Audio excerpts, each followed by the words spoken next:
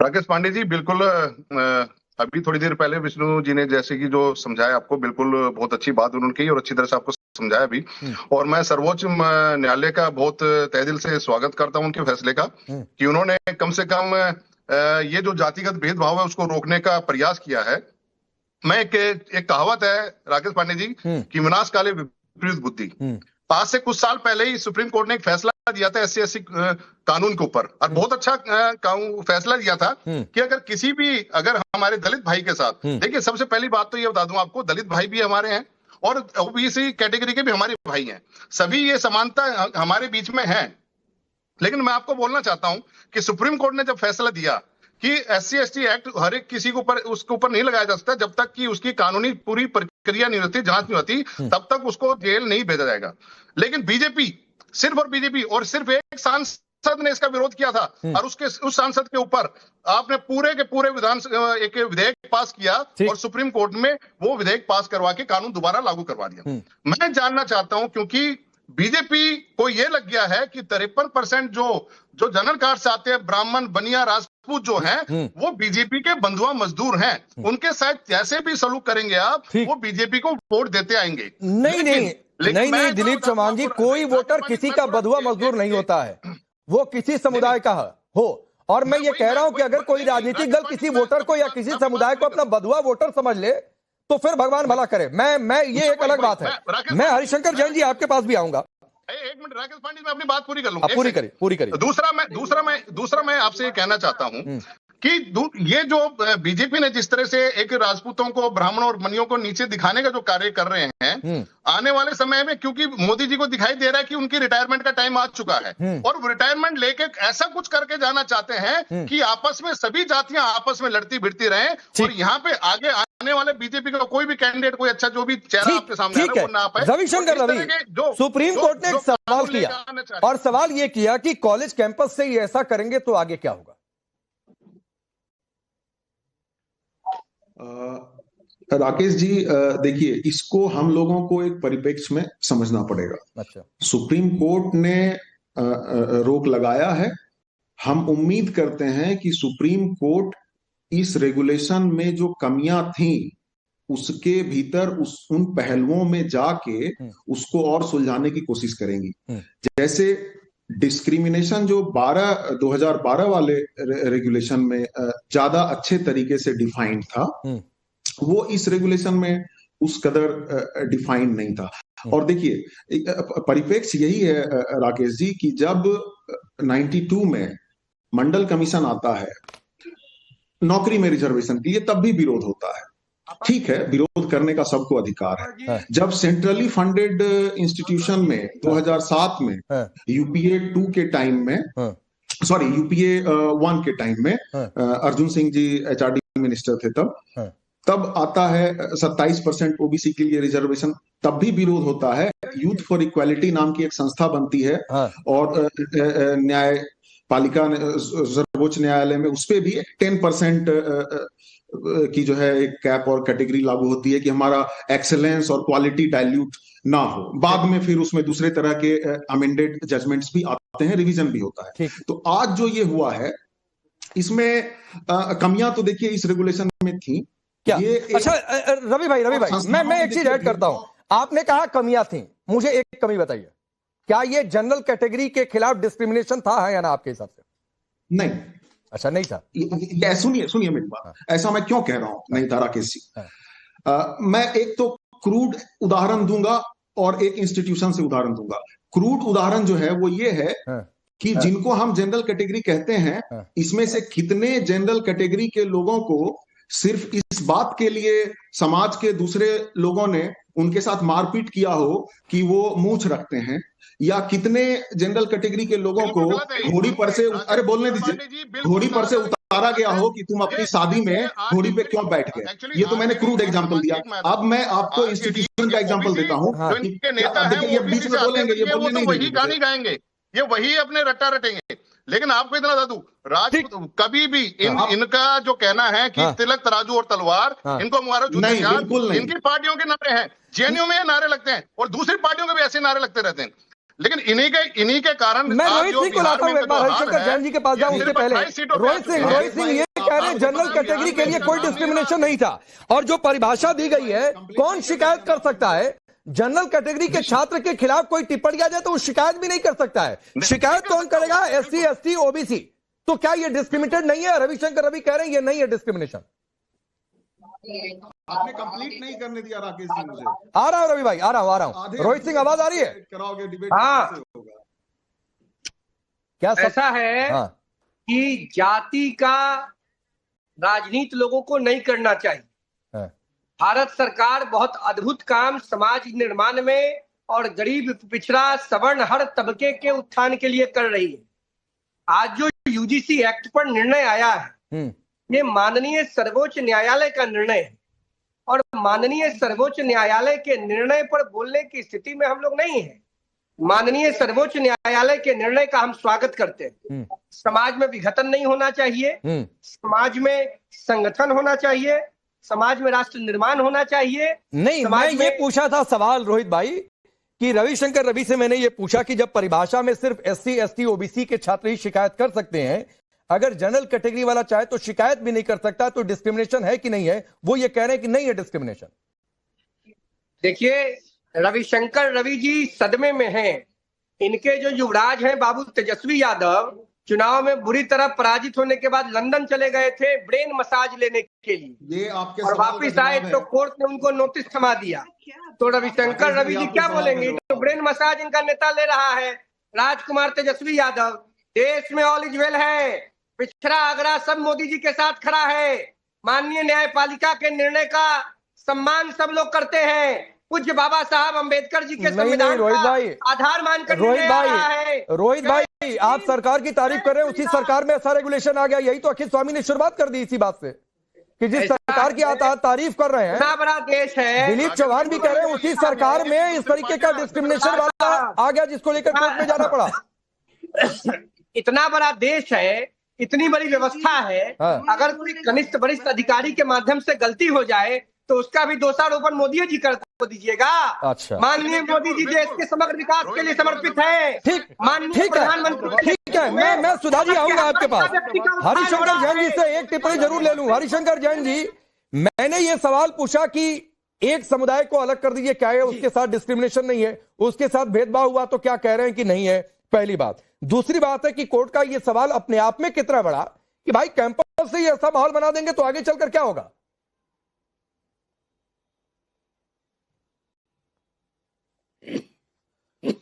बिल्कुल सही कह रहे हैं।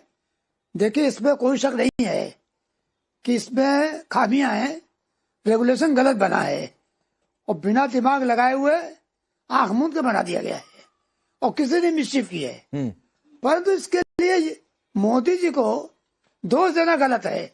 गलती हुई, मैं नहीं कह रहा गलती नहीं हुई है, पर सारी उनकी चीज अच्छाइयां थी वो एक पॉइंट में खत्म हो जाएंगी, मैं इसको नहीं मानता हूँ। अच्छा, और ये आज भी कोर्ट में सरकार के वकील ने कहा कि हम इसको देखेंगे, अध्ययन करेंगे, गलतियां हुई तो रेक्टिफाई करेंगे। गलतियां इंसान से होती हैं, 100 काम अच्छे किए, एक और भी अधिकारियों से गलती हुई। नहीं तो क्या ये पहले रेक्टिफाई नहीं हो सकता था हरिशंकर जैन जी? और UGC ऐसा तो नहीं है कि पहली बार विवादों में फंसा है, 10वीं उदाहरण है।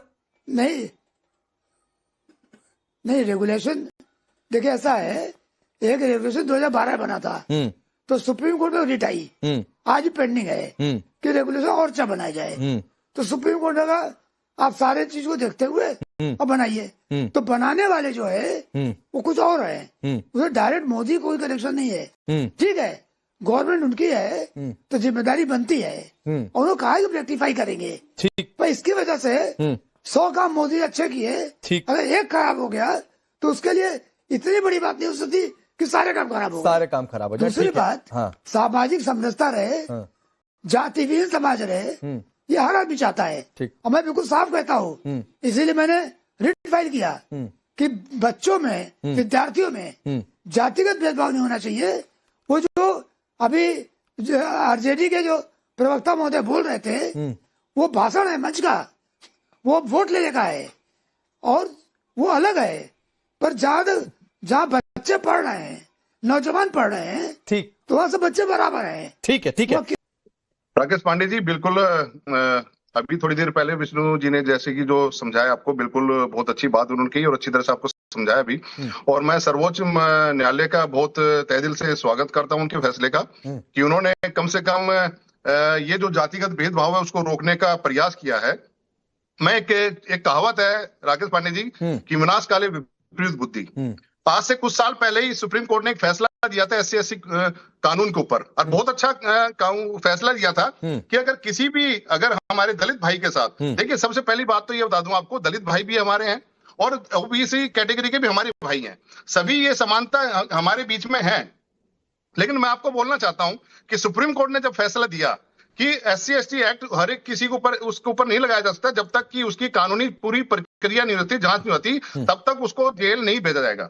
लेकिन बीजेपी और सिर्फ एक सांसद ने इसका विरोध किया था, और उस सांसद के ऊपर आपने पूरे के पूरे एक विधेयक पास किया और सुप्रीम कोर्ट में वो विधेयक पास करवा के कानून दोबारा लागू करवा दिया। मैं जानना चाहता हूं, क्योंकि बीजेपी को ये लग गया है कि 53% जो जनरल कास्ट से आते हैं, ब्राह्मण, बनिया, राजपूत जो हैं, वो बीजेपी के बंधुआ मजदूर हैं, उनके साथ जैसे भी सलूक करेंगे आप, वो बीजेपी को वोट देते आएंगे। नहीं दिलीप चौहान जी, कोई वोटर किसी का बंधुआ मजदूर नहीं होता है, वो किसी समुदाय का हो। और मैं ये कह रहा हूं कि अगर कोई राजनीतिक दल किसी वोटर को या किसी समुदाय को अपना बंधुआ वोटर समझ ले तो फिर भगवान भला करे। मैं ये एक अलग बात है। मैं हरिशंकर जैन जी आपके पास भी आऊंगा। एक मिनट राकेश पांडे, मैं अपनी बात पूरी कर लूंगा। पूरी करिए। दूसरा मैं आपसे ये कहना चाहता हूं कि ये जो बीजेपी ने जिस तरह से एक राजपूतों को, ब्राह्मणों और बनियों को नीचे दिखाने का जो कार्य कर रहे हैं, आने वाले समय में क्योंकि मोदी जी को दिखाई दे रहा है कि उनकी रिटायरमेंट का टाइम आ चुका है और वो रिटायरमेंट लेके ऐसा कुछ करके जाना चाहते हैं कि आपस में सभी जातियां आपस में लड़ती भिड़ती रहें, और यहाँ पे आगे आने वाले बीजेपी का कोई भी कैंडिडेट, कोई अच्छा जो भी चेहरा आपके सामने वो ना आ पाए। रविशंकर रवि, सुप्रीम कोर्ट ने एक सवाल किया, और सवाल ये किया कि कॉलेज कैंपस से ये ऐसा करेंगे तो आगे क्या होगा? राकेश जी, देखिए, इसको हम लोगों को एक परिप्रेक्ष्य में समझना पड़ेगा। अच्छा, सुप्रीम कोर्ट ने रोक लगाया है। हम उम्मीद करते हैं कि सुप्रीम कोर्ट इस रेगुलेशन में जो कमियां थी उसके भीतर उन पहलुओं में जाके उसको और सुलझाने की कोशिश करेंगी। जैसे डिस्क्रिमिनेशन जो 2012 वाले रेगुलेशन में ज्यादा अच्छे तरीके से डिफाइंड था, वो इस रेगुलेशन में उस कदर डिफाइंड नहीं था। और देखिए, परिप्रेक्ष्य यही है राकेश जी कि जब 92 में मंडल कमीशन आता है नौकरी में रिजर्वेशन के लिए, तब भी विरोध होता है। ठीक है, विरोध करने का सबको अधिकार है। जब सेंट्रली फंडेड इंस्टीट्यूशन में 2007 में UPA 2 के टाइम में, UPA 1 के टाइम में अर्जुन सिंह जी HRD मिनिस्टर थे, तब आता है 27% OBC के लिए रिजर्वेशन, तब भी विरोध होता है। यूथ फॉर इक्वालिटी नाम की एक संस्था बनती है और न्यायपालिका सर्वोच्च न्यायालय में उस पे भी 10% की जो है एक कैप और कैटेगरी लागू होती है कि हमारा एक्सेलेंस और क्वालिटी डाइल्यूट ना हो। बाद में फिर उसमें दूसरे तरह के अमेंडेड जजमेंट्स भी आते हैं, रिवीजन भी होता है। तो आज जो ये हुआ है, इसमें कमियां तो देखिए इस रेगुलेशन में थी। अच्छा रवि भाई मैं एक चीज ऐड करता हूं। आपने कहा कमियां थी, मुझे एक कमी बताइए, क्या ये जनरल कैटेगरी के खिलाफ डिस्क्रिमिनेशन था है या ना आपके हिसाब से? नहीं। अच्छा, नहीं था। सुनिए मेरी बात। ऐसा मैं क्यों कह रहा हूं नहीं था राकेश जी? मैं एक तो क्रूड उदाहरण दूंगा और एक इंस्टीट्यूशन से उदाहरण दूंगा। क्रूड उदाहरण जो है वो ये है कि जिनको हम जनरल कैटेगरी कहते हैं, इसमें से कितने जनरल कैटेगरी के लोगों को सिर्फ इस बात के लिए समाज के दूसरे लोगों ने उनके साथ मारपीट किया हो कि वो मूंछ रखते हैं, या कितने जनरल कैटेगरी के लोगों को घोड़ी पर से, अरे बोलने दीजिए, घोड़ी पर से उतारा गया हो कि तुम अपनी शादी में घोड़ी पे क्यों बैठ गए। ये तो मैंने क्रूड एग्जांपल दिया। अब मैं आपको इंस्टीट्यूशन का एग्जांपल देता हूं। देखिए, ये बीच में बोलेंगे, ये बोलने नहीं देंगे, ये वही अपने रट्टा रटेंगे। लेकिन आपको इतना बता दूं, कभी भी इनका जो कहना है कि तिलक, तराजू और तलवार, इनको मुबारक जूते, इनकी पार्टियों के नारे हैं, JNU में नारे लगते हैं और दूसरी पार्टियों के भी ऐसे नारे लगते रहते हैं। लेकिन इन्हीं के कारण मैं रोहित सिंह को लाता हूं, एक बार हरिशंकर जैन जी के पास जाऊं उससे पहले। रोहित सिंह ये कह रहे हैं जनरल कैटेगरी के लिए कोई डिस्क्रिमिनेशन नहीं था, और जो परिभाषा दी गई है, कौन शिकायत कर सकता है जनरल कैटेगरी के छात्र के खिलाफ कोई टिप्पणी आ जाए तो वो शिकायत भी नहीं कर सकता है। शिकायत कौन करेगा? SC, ST, OBC। तो क्या ये डिस्क्रिमिनेटेड नहीं है? रविशंकर रवि कह रहे हैं ये नहीं है डिस्क्रिमिनेशन। आपने कंप्लीट नहीं करने दिया राकेश जी मुझे। आ रहा हूं रवि भाई, आ रहा हूं। रोहित सिंह आवाज आ रही है? कराओगे डिबेट? हाँ। क्या ऐसा है हाँ। कि जाति का राजनीति लोगों को नहीं करना चाहिए। हाँ। भारत सरकार बहुत अद्भुत काम समाज निर्माण में और गरीब पिछड़ा सवर्ण हर तबके के उत्थान के लिए कर रही है।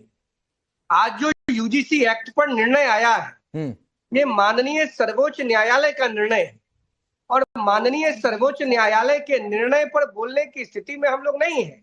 माननीय सर्वोच्च न्यायालय के निर्णय का हम स्वागत करते हैं। समाज में विघटन नहीं होना चाहिए, समाज में संगठन होना चाहिए, समाज में राष्ट्र निर्माण होना चाहिए। नहीं, मैं ये पूछा था सवाल रोहित भाई कि रविशंकर रवि से मैंने ये पूछा कि जब परिभाषा में सिर्फ SC, ST, OBC के छात्र ही शिकायत कर सकते हैं, अगर जनरल कैटेगरी वाला चाहे तो शिकायत भी नहीं कर सकता, तो डिस्क्रिमिनेशन है कि नहीं है? वो ये कह रहे हैं कि नहीं है डिस्क्रिमिनेशन।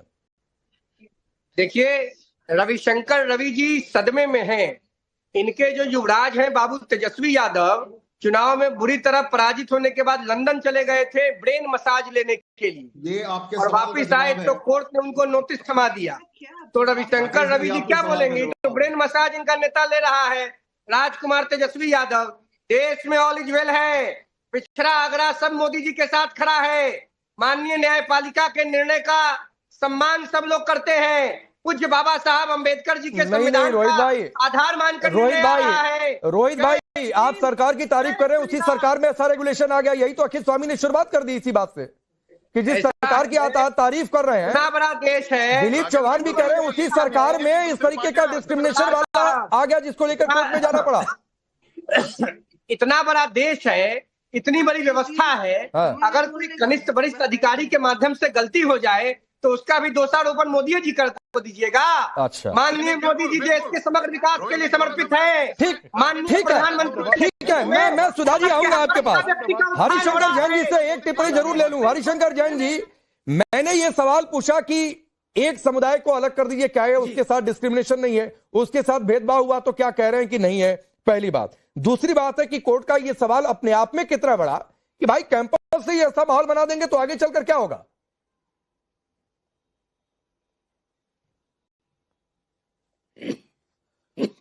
बिल्कुल सही कह रहे हैं। देखिए, इसमें कोई शक नहीं है कि इसमें खामियां हैं, रेगुलेशन गलत बना है और बिना दिमाग लगाए हुए आंख मूंद के बना दिया गया है और किसी ने मिसचिफ की है। परंतु इसके लिए मोदी जी को दोष देना गलत है। गलती हुई, मैं नहीं कह रहा गलती नहीं हुई है, पर सारी उनकी चीज अच्छाइयां थी वो एक पॉइंट में खत्म हो जाएंगी, मैं इसको नहीं मानता हूँ। अच्छा, और ये आज भी कोर्ट में सरकार के वकील ने कहा कि हम इसको देखेंगे, अध्ययन करेंगे, गलतियां हुई तो रेक्टिफाई करेंगे। गलतियां इंसान से होती हैं, 100 काम अच्छे किए, एक और भी अधिकारियों से गलती हुई। नहीं तो क्या ये पहले रेक्टिफाई नहीं हो सकता था हरिशंकर जैन जी? और UGC ऐसा तो नहीं है कि पहली बार विवादों में फंसा है, 10वीं उदाहरण है। नहीं, रेगुलेशन देखिए ऐसा है, एक रेगुलेशन 2012 बना था तो सुप्रीम कोर्ट में रिट आई, आज पेंडिंग है कि रेगुलेशन और अच्छा बनाया जाए। तो सुप्रीम कोर्ट ने कहा आप सारे चीज को देखते हुए अब बनाइए। तो बनाने वाले जो है वो कुछ और है, उसमें डायरेक्ट मोदी कोई कनेक्शन नहीं है। ठीक है, गवर्नमेंट उनकी है तो जिम्मेदारी बनती है और उन्होंने कहा कि रेक्टिफाई करेंगे। पर इसकी वजह से 100 काम मोदी अच्छे किए, अगर एक खराब हो गया तो उसके लिए इतनी बड़ी बात नहीं हो सकती कि सारे काम खराब हो गए। सारे काम खराब हो जाए। दूसरी बात, सामाजिक समरसता रहे, जातिविहीन समाज रहे, ये हर आदमी चाहता है। और मैं बिल्कुल साफ कहता हूँ, इसीलिए मैंने रिट फाइल किया कि बच्चों में, विद्यार्थियों में जातिगत भेदभाव नहीं होना चाहिए। वो जो अभी RJD के जो प्रवक्ता महोदय बोल रहे थे, वो भाषण है मंच का, वो वोट लेने का है और वो अलग है। पर जहाँ बच्चे पढ़ रहे हैं, नौजवान पढ़ रहे हैं, ठीक, तो वहां से बच्चे बराबर हैं। ठीक है, ठीक है।